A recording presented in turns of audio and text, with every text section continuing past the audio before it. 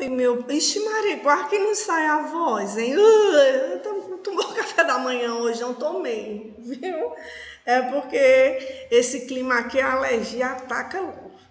Ó, galerinha, nós vamos continuar falando sobre Roma, né? A gente já estudou a fundação de Roma, já falamos um pouquinho sobre sua sociedade, já falamos sobre política, não é? A política romana. Nós vamos continuar ainda na política de Roma. A gente sabe que a política romana é dividida em 3 períodos, não é? Monarquia, governo de rei; república, coisa do povo, onde o povo participa, não é? E império. Então, hoje, nós vamos falar sobre a República Romana, não é? Presta atenção, Mateus, um golinho d'água aqui para poder aguentar o Rogério, né? Nós vamos falar sobre os conflitos entre patrícios e plebeus, os irmãos Gracos, o fim da República e os triunviratos, viu? Preste atenção. A gente sabe, né, que a sociedade romana é dividida em 4 grupos, né? Desde a antiguidade, desde que o cão era menino, né? A sociedade é dividida em rico, mais ou menos lascado, né? Pobre lascado. Então, vamos aí, né? Preste atenção. Os patrícios eram os ricos, os descendentes dos fundadores de Roma, né? Eles tinham direito a participar da política e etc. Os plebeus eram pessoas livres, só que eles não tinham direitos políticos, não é? República não significa coisa do povo, onde o povo participa. Na realidade, na República Romana, só quem participava eram os patrícios, porque os plebeus geralmente estavam trabalhando. Então, vamos prestar atenção. Vai existir uma briga, olha aqui, meu lanche, viu? Entre os patrícios e os plebeus. Conflitos permanentes entre patrícios e plebeus vão abalar a República Romana. Afinal, o exército romano era composto em sua maioria por plebeus que não tinham possibilidades de participar da vida política da cidade. Os plebeus acusavam os patrícios de governar voltados apenas para os próprios interesses. Parece com a política brasileira, né? Onde, infelizmente, os nossos representantes, que elegemos com tanto carinho, governam para si. E queriam o direito de participar mais ativamente da política romana e, principalmente, poder ingressar no Senado.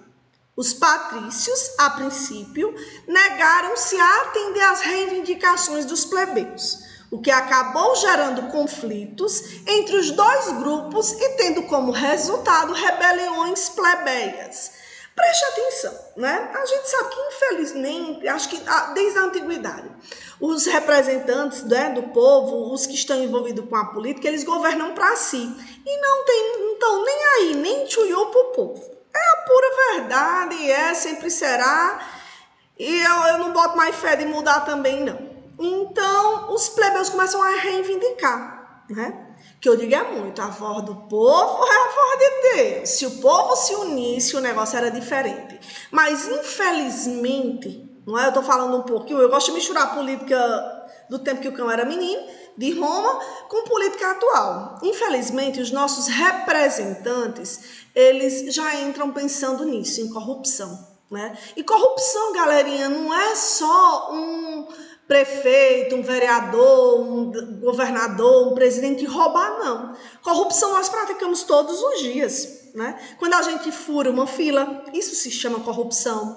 Quando a gente vê aí um auxílio emergencial, que é para famílias que estão passando necessidade, e pessoas que não precisam estão recebendo, isso é corrupção. Então, eu digo é muito, infelizmente, a gente acha que está errado os políticos, mas a gente pratica corrupção também, né? Então, os patrícios, como lógico, eles governavam para si e não estava nem tchuiú para os plebeus, né? Ou novidade.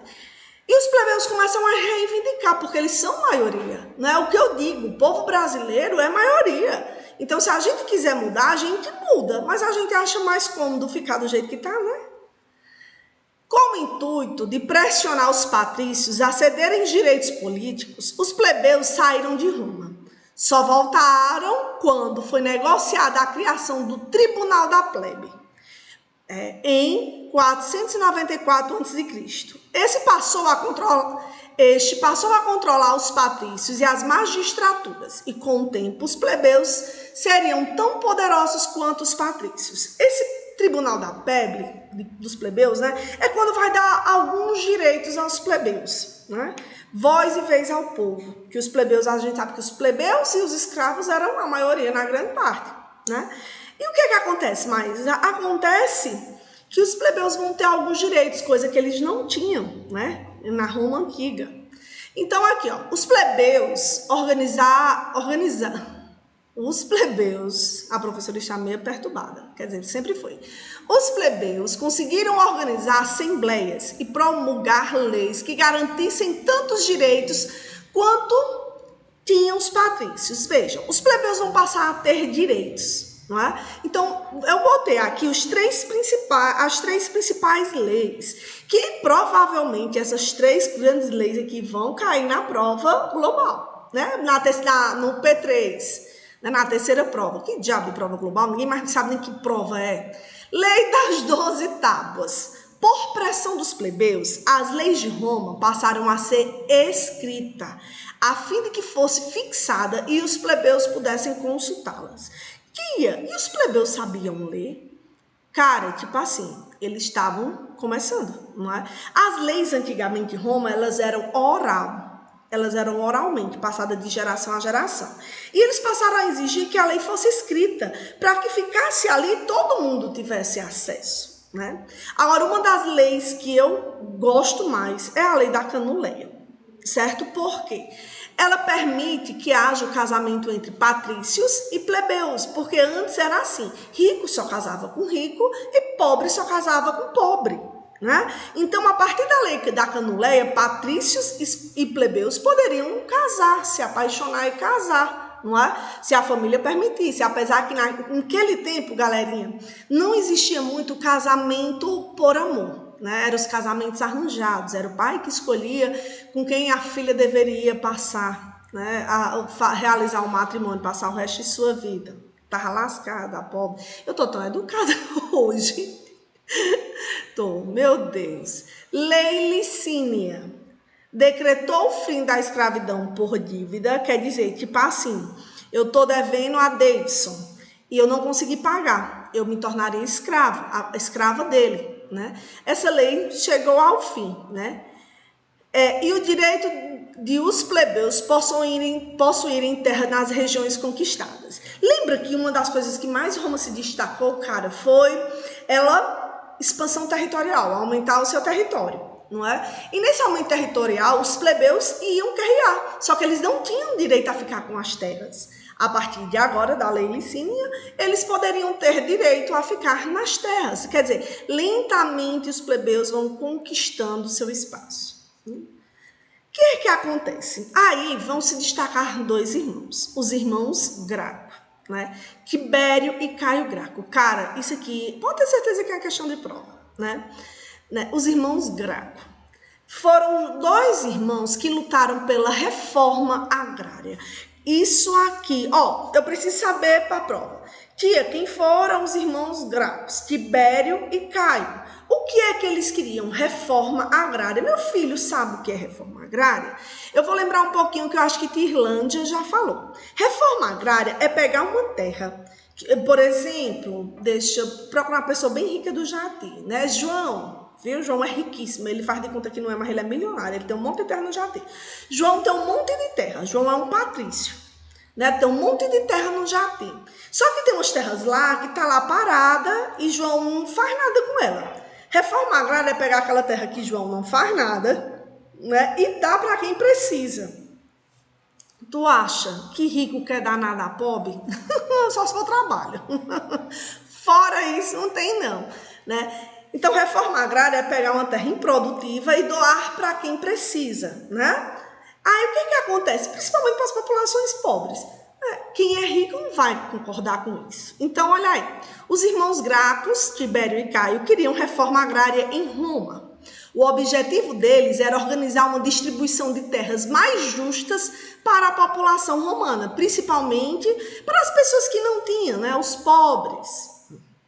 No entanto, com essa iniciativa, os irmãos Graco bateram de frente com grandes latifundiários, com grandes proprietários de terra, né? Dessa forma, esse confronto fez com que fossem assassinados por apoiar a redistribuição de terras entre os menos favorecidos. Foi o que eu falei para vocês. É mais fácil, minha gente, um pobre ajudar um pobre do que muitas vezes um rico ajudar um pobre. Não é generalizando, lógico que tem muitas pessoas ricas que têm um coração imenso. Mas, cara, quanto mais você tem, mais você quer. Nem que aquele espaço que você tem ali de terra fique lá para não botar nada, você não quer ceder para quem precisa, não é? Então, o que foi que aconteceu com os irmãos Gracos? Eles acabaram sendo assassinados. Né? Por quê? Porque os patrícios, os ricos, não queriam distribuir suas terras. Ô, novidade. Apesar dos irmãos Graco terem acabado de forma trágica, as ideias de que eles propuseram não foram completamente perdidas. Isso ficou claro tempos após a morte dos dois líderes. No ano de 90 a.C., aconteceu uma guerra social, que também travava das questões agrárias em Roma e foi colocada em prática. Hoje, não é? O governo, ele tenta fazer a reforma agrária, mas é o que eu digo, o problema do brasileiro, minha gente, é o próprio brasileiro. Porque a gente usa de má fé. Tem pessoas, já ouviram falar no movimento, no MST, Movimento dos Sem Terras, tem pessoas que recebem a terra do governo, né, nesse movimento, pega, vende e continua no movimento. Então essas terras eram para ser intransferíveis. Quer dizer, você recebeu, você não pode vender, você não pode fazer nada. Vai ficar para o seu filho, para as próximas gerações, mas não pode vender, né? Então, como é que eu ganho uma coisa do governo e vou vender? Não era para vender de jeito nenhum. Aí fica nisso. Eu digo, a gente precisa, como cidadão, né, como cidadão brasileiro, ter mais consciência dos nossos direitos e deveres e botar um pouquinho, tentar minimizar a corrupção, porque a corrupção começa na gente, né? Então, o que é que acontece? Lembra também, coração de Jesus 3 vezes, que a política brasileira, a política romana, eu misturo tudo, que eu acho bom, porque minha função como professora de história, cara, não é só chegar aqui e falar sobre Roma, é fazer uma comparação da política romana com a política atual e tentar criar em vocês pessoas críticas que queiram modificar o nosso país, não é? Que pensem não só no individual, mas pensem no coletivo. Aí o menino, tia, por que, tia? Tu fala tão bonito. Falo. E por que a senhora não vai ser presidente, vereadora, prefeita? Morro na segunda semana. Porque é difícil querer ser honesta, né? Uma maçã boa, um monte de maçã podre e querer, né? Ou morre, na primeira semana não tem aquele ditado, ou cale-se e junte-se a eles, né? Desse jeito. Então, a política romana é dividida em 3. Monarquia, república e império. Nós já estudamos a monarquia, que é pouquinho, não tem tanta importância. Já estamos na república e vamos para o império, que é só na próxima aula, certo? Mas nós vamos ver o fim da república, como tudo. Tem o seu começo e tem o seu fim, né? Com a expansão territorial romana, a república ficou mais difícil de governar devido à inclusão de novos povos e do tamanho. Quer dizer, Roma não saiu conquistando território? Como é que Roma ia administrar, além da sua, né, de Roma, os territórios conquistados? Igualmente, a fragmentação do poder não ajudava na tomada de decisões rápidas e a prática da corrupção se havia generalizado entre os magistrados, né? Magistrados, cara, é aqueles que a gente estudou na aula passada, os questores, censores, os édices e assim vai. Assim, os romanos buscam novas fórmulas que permitem a centralização do poder, mas sempre auxiliado e vigiado pelo Senado. Primeiro através do triunvirato e depois através da figura de um só imperador. Tia, que diabo é triunvirato? Eu penso cada coisa. Ah, meu Deus, se eu fosse falar o que eu penso, eita, não dá certo não. Eu tento engolir minhas próprias palavras. Triunvirato.